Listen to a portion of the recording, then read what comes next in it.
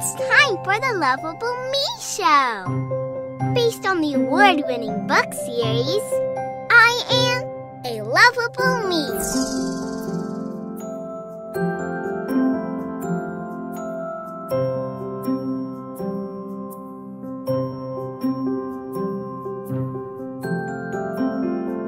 Get ready to have some fun learning with Lovable, our resident enlightening bug.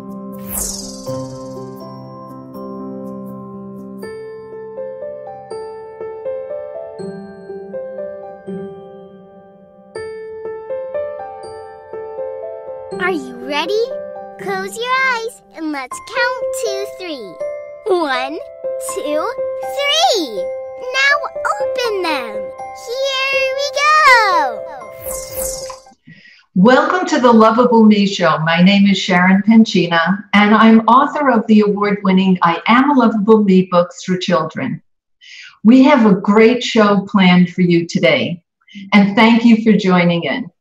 Each of our shows begins with our weekly video vlog message, and today's vlog addresses how technology affects your child and what's considered to be healthy screen time. After the short video plays, be sure you stick around. I have a very special guest joining me today to share some important information regarding children's health and wellness. Welcome to the Lovable Me weekly vlog, where you will find valuable tools and enlightenment to support your child's self-confidence and self-esteem. Teaching kids to count is fine, but teaching them what counts is best. Bob Talbert. Technology has become a part of life for everyone, young and old. Healthy screen time for young children is about choosing quality programs and apps and developing healthy screen habits. Child development experts recommend limiting children's daily screen time. The American Academy of Pediatrics screen time guidelines state, children under 18 months should have no screen time. Children aged 18 months to 2 years can watch or use high-quality programs or apps if adults watch or play with them. Children aged 2 to 5 years should be limited to 1 hour per day. Children ages 6 and older should be determined by parents, including restrictions for time and monitoring the types of digital media used.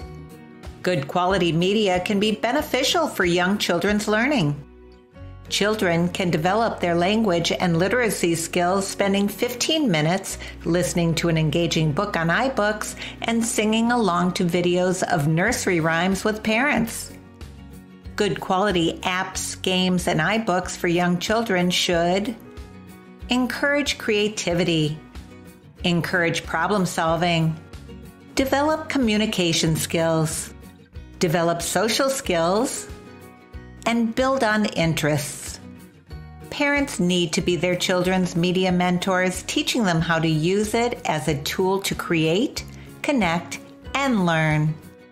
And as the main role models, it is important for moms and dads to have healthy digital media habits too. If children develop healthy screen time habits when they are young, those habits will promote better choices when they are older. And don't forget to check out our Lovable Me books in Apple iBooks, Amazon Kindle Books, and Google Play Books.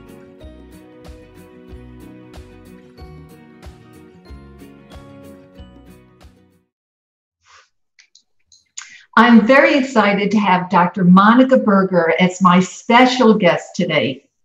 She currently has a private family practice in Ammon, Idaho, that is dedicated to serving those with neurodevelopmental challenges and neurodegenerative disorder. She is the pioneer in the chiropractic profession when it comes to working with children with these disorders. Dr. Monica, thank you so much for joining us today, and welcome to the Lovable Me Show. Oh, thank you for having me. I'm so excited. I love your work, and it's an honor to be here hanging out with you. That's so wonderful to have you here. Dr. Monica, since our time is so limited and you bring a wealth of information with you, I want to jump right in with some questions to ask so that you can enlighten our audience. My first question is this.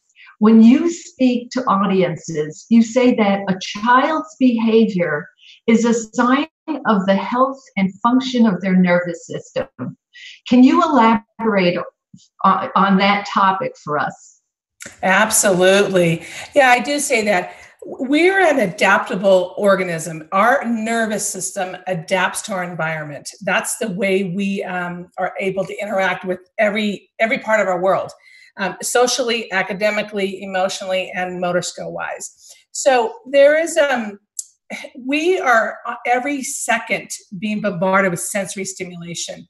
And there's 5 FAR senses that everybody knows about: sight, smell, sound, touch, taste.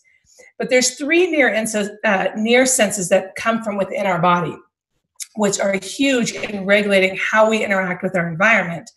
One is called the vestibular system, kind of our sense of balance, which really organizes all information into the brain.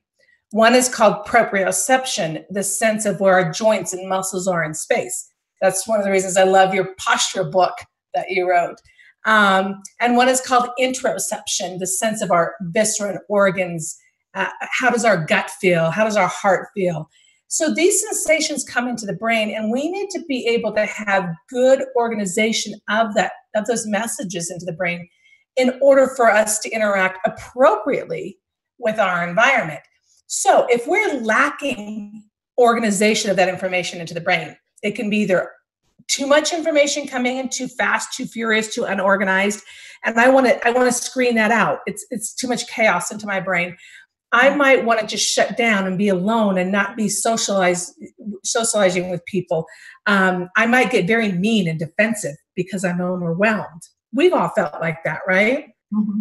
Yes. I might not have enough of that information coming into the brain, and I want it in order to be able to adapt to my environment and behave appropriately. So when I talk to teachers and parents and principals, I say, what's the definition of insanity? It's doing the same thing over and over again, expecting a different result, right? Mm-hmm. So if you have a child that's behavior is the same, you see these patterns, or a principal sees that child in their office every week for the same behavioral misconduct, they are telling you something. They are lacking, their nervous system is lacking something that they're trying to find. So for instance, the kiddo that it can't sit in circle time or sit still in school, and they're the tornado kid, and they get in trouble because they're squiggling around all the time. They can't sit still. They might be lacking that, what we call that vestibular input to the brain. And in order for them to exist in their environment, they need that input. Or a child might be kicking the chair of the kid in front of them, or they're more aggressive, and I call them the pull, punch, push kiddos. They're looking for that deep input, that proprioception. And the thing that I love about your series is so many of these kiddos that I work with, their self-esteem is lacking because none of us want to be less than, right? None of us want to feel less than. None of us want to get in trouble. And they just can't help themselves. So their self-esteem can start to struggle. And that's some of the things we need to take into consideration with these children that struggle with sensory motor dysfunction. Mm-hmm.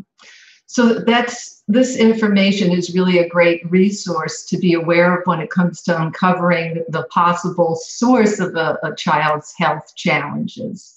Absolutely. And that's what we always want to do as chiropractors, right? We go for the source, the roots of the problem. Yeah. And it's looking at the dysfunction of the nervous system and what their behavior is telling us that they're lacking. Kiddos that want to touch everybody, they don't have a good bubble space. They get in your face and are touching your hair and touching everything. They might be craving that tactile input. Mm-hmm. And that's what their brain is lacking. And that's what they need in order to feel comfortable in their environment. Dr. Monica, I wondered if you could also speak to the role technology plays in learning, attention and behavioral struggles that you see children now presenting with. Absolutely. Technology is affecting what we call the frontal lobe. that's executive functioning part of the brain. The part of the brain that is our decision maker is impulse control, is being able to initiate actions, follow through with actions, modulate our behavior, respond appropriately and rationally and reasonably. So that sensory part we just talked about, excuse me, if it's dysregulated, it's going to shut down that frontal lobe. The executive functioning goes out the window, and we can't make appropriate decisions or responses. But technology is doing the same thing. It's affecting the maturation, the development of that part of the brain. And so we're seeing children struggle with what we call executive functioning disorder, or executive functioning role or tasks. And so we see more impulse control. I say, have you ever tried to reason with somebody when you're in the middle of a heated argument? Right. It doesn't work very well, right? And that's what's happening with so many of these kiddos. And they don't want to feel out of control. They really don't. But it's understanding what they're trying to tell us. Once you understand their language and their behavior and their responses, you can understand where their brain is lacking. And that executive functioning is the issue. So technology is shutting down that development of that frontal lobe. And so that is, we're seeing trouble with social engagement issues and knowing right from wrong and modulating behavior. And it's very addicting. Social media, tech, games are very addicting to that part of the brain. That part of the brain is responsible for dopamine. Dopamine is what drives that part of the brain, and dopamine's our feel-good drug. It's very addictive. It's our happy part of our happy drug, happy chemical. And so that's another reason we see kiddos getting addicted to technology, because they're trying to get that dopamine high. But likewise, when we take that technology away, we can have that raging bull because they're not getting that high. It sounds like having a plan in place early on is a critical way to address this. And I wondered if there are just maybe a couple of tips that you might offer to parents or anyone who treats children or simply just loves and cares for them, that they might be aware of to sort of get started on this. One, as far as technology goes, actually having a plan in place, having strategic times for them to engage in technology, and really limiting that time on the iPhones, on any digital devices. The American Academy of Pediatrics is going with like a 2-hour total timeline in a day, and break that into 30-minute increments. But it's critical to let your child know, have a timer. I use it in the office a lot. It's called a time timer. It's a dial, and it has a red zone that, like, you can set it for 5 minutes or 10 minutes, but they can see how much of that red zone on the timer is left. And then they know, okay, when that's over with, they can predict. Kids want predictability. They want to feel they have some control. If they can predict, okay, this is how much time I have left, that instead of just cutting them off, you can help avoid some of that rage. And limit it definitely to 30-minute increments. If you see your child wanting to, they want that heavy, deep pressure. They jump on couches. They jump like trampolines. They like heavy blankets. They like that deep force, that deep pressure. That can be very calming. It soothes and calms our nervous system. And things like weighted blankets, deep compression of the joints, squeezing of the joints can be very, very calming to that individual and keep them from out of what I call raging into red zone, to where they're irrational at that point. Well, good diet, good oxygen.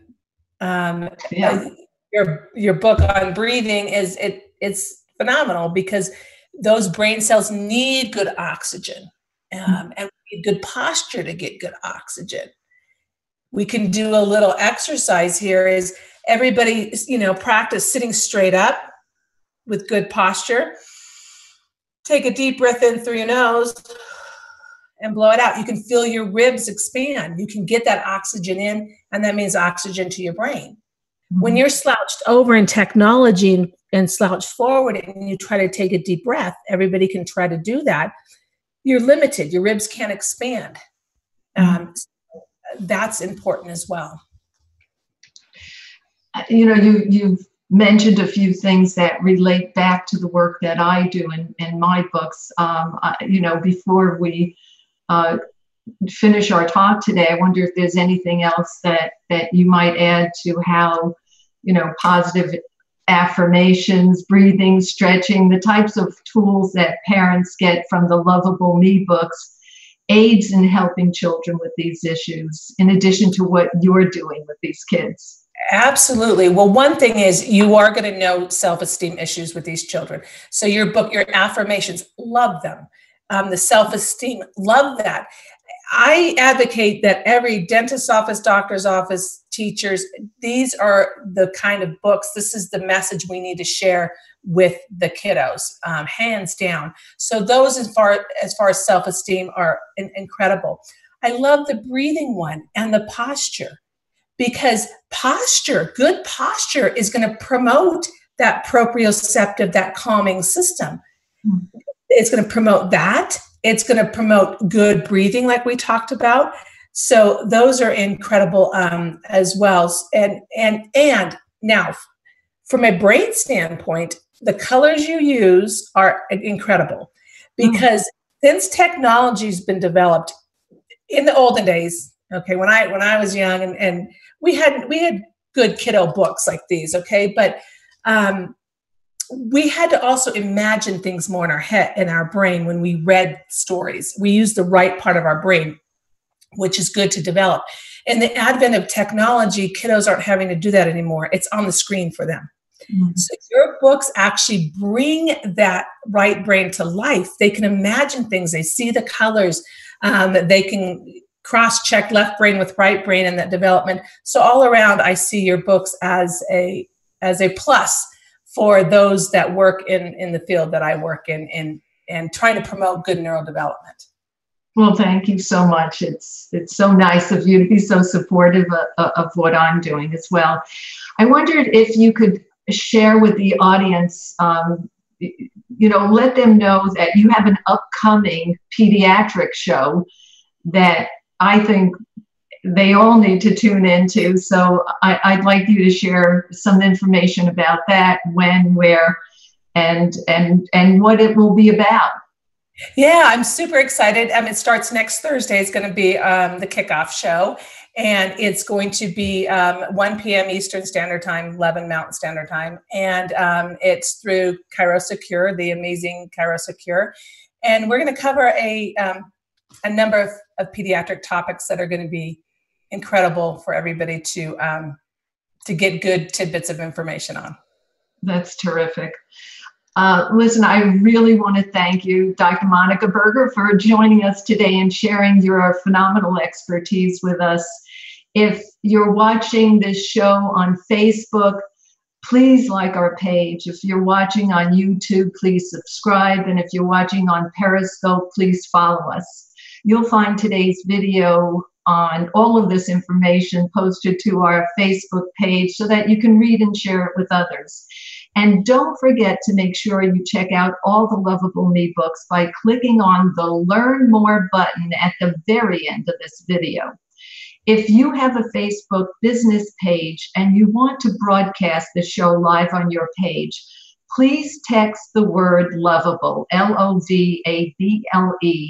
to 480-360-3358.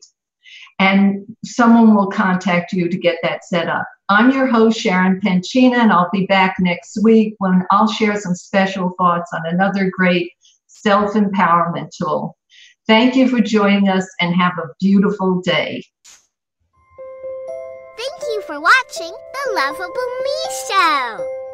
Also, if you have any questions for Lovable, go ahead and ask away. Don't forget to visit us next week, right here in the Facebook book.